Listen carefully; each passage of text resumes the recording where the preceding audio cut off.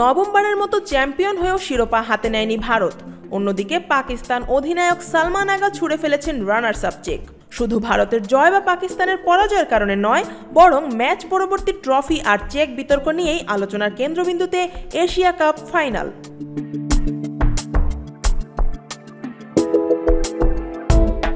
ভারতীয় দল পাকিস্তানের সঙ্গে ম্যাচে 5 উইকেটে জয়ী হলেও ট্রফি বিতরণী মঞ্চে এসিসি সভাপতি মহসিন নাকভির হাত থেকে শিরোপা নিতে অস্বীকৃতি জানিয়েছে।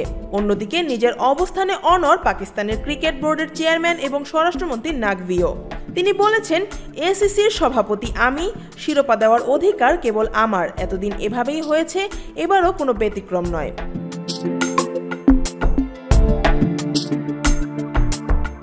ভারত প্রস্তাব দেয় শিরোপা তুলে দেবেন এমিরেটস ক্রিকেট বোর্ডের চেয়ারম্যান খালিদ আল জারোনি বা বিসিবি সভাপতি আমিনুল ইসলাম বুলবুল, কিন্তু নাকভির অনড় অবস্থানের কারণে সমাধান হয়নি। দীর্ঘ প্রতীক্ষার পর ভারতীয় ক্রিকেটাররা ট্রফি ছাড়াই উদযাপন শুরু করেন।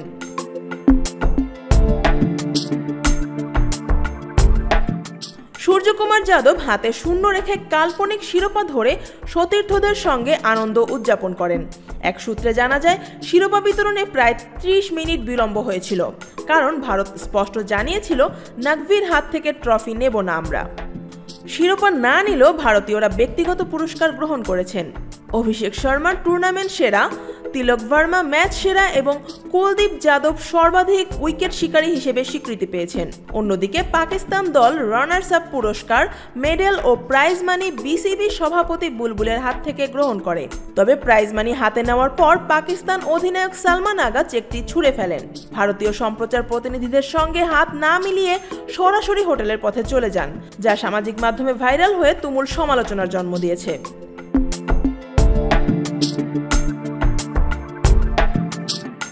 সালমান আগা সংবাদ সম্মেলনে বলেছেন, ভারতের দল মহসিন নাকভির কাছ থেকে ট্রফি না নিয়ে শুধু পাকিস্তান নয়, গোটা ক্রিকেটকেই অসম্মান করেছে।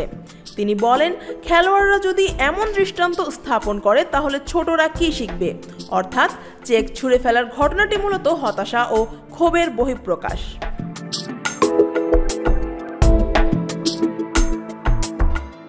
মাঠে উত্তাপ যেমন ছিল, তেমনি মাঠের বাইরেও নাটকীয়তা ছিল সমান।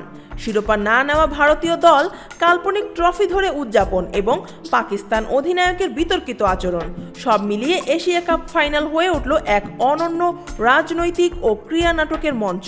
এখন শুধু ম্যাচের ফলাফলের জন্য নয়, বরং শিরোপা বিতর্ক এবং প্রতিক্রিয়ার কারণে ক্রীড়া ও রাজনৈতিক আলোচনার এক অধ্যায় হিসেবেও ইতিহাসে থাকবে Asia cup final. Afia Akhtar, Dhaka watch.